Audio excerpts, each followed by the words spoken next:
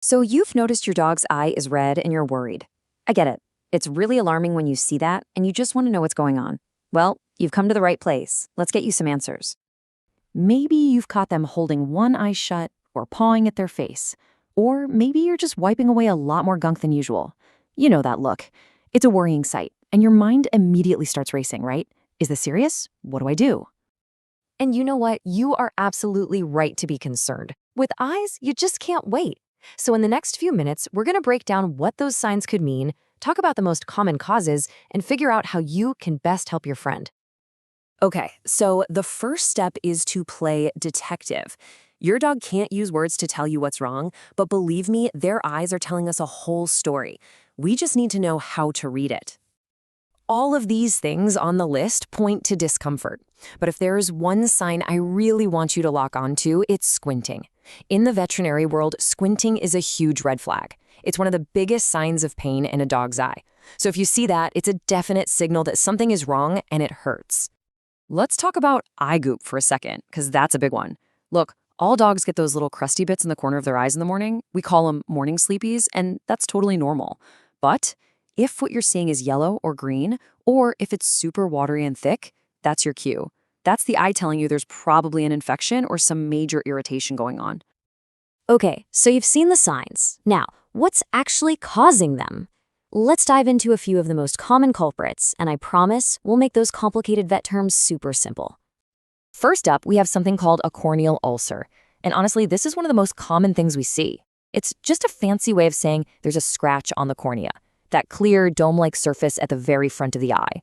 It could be from anything: running through a bush, rubbing their face on the rug, even a little shampoo during a bath. The camera lens analogy is just perfect. It's a scratch on that crystal clear surface that's so important for vision. Next is one you've probably heard of: conjunctivitis, or as most people call it, pink eye. This is simply when that pink, fleshy tissue around the eye gets inflamed. It's usually not the root problem itself, but a sign of something else, like allergies to pollen, irritation from some dust that blew in their eye, or maybe a little secondary infection has set in. And then there's a condition we call dry eye. The technical term is KCS. Now, this one's a little different because it's actually an immune condition where the dog's body just stops making enough of its own tears. And without that natural protective layer of tears, the eye gets really dry and flamed and becomes a target for constant infections and ulcers. That thick, sticky green discharge we talked about, that's a classic sign of dry eye. So, you've gathered your clues, you have an idea of what might be going on.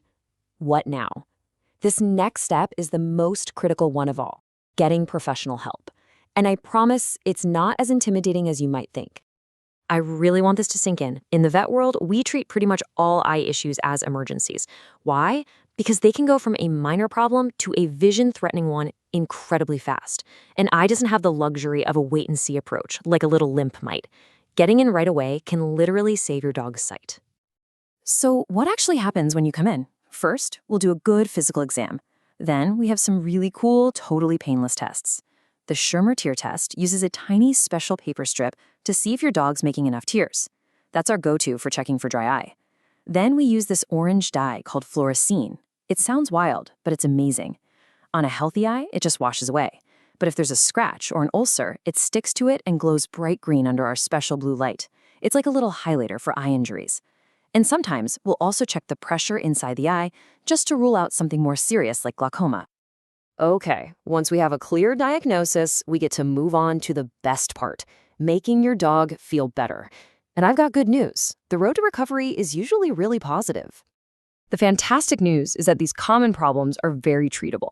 Simple ulcers, we give them some antibiotic drops, and they usually heal up beautifully in a week or two. Conjunctivitis, that often clears up really fast once we treat whatever's causing it. And even a chronic issue like dry eye is incredibly manageable. There's daily medication that helps the eye produce its own tears again, and these dogs go on to live perfectly happy, comfortable lives. And now, let's talk about everyone's favorite fashion accessory: the cone. I know. Nobody loves the cone, but I like to call it the cone of compassion because it is genuinely one of the kindest things you can do. A dog's natural instinct is to rub or scratch at a painful eye, and they can turn a tiny scratch into a disaster in seconds. The cone is your insurance policy. It guarantees the eye gets the peace and quiet it needs to heal properly. So here's the bottom line. The prognosis for most of these common eye issues is excellent. It truly is. With a quick diagnosis and the right treatment, your dog can get back to their goofy, happy, comfortable self in no time at all. So if you only remember one single thing from all of this, please let it be this. Don't wait. Don't try home remedies, don't use old eye drops from last time, and please don't just hope it gets better on its own. Prompt veterinarian care is the absolute best #1 way to protect your dog's vision. Protecting that window to their world, well, that's the best thing we can do for them, isn't it? Remember, this information is for educational purposes and is not a substitute for professional veterinary advice. If you have any concerns about your pet's health, please consult with your certified veterinarian. They're your best resource for ensuring your companion lives a long, happy, and healthy life.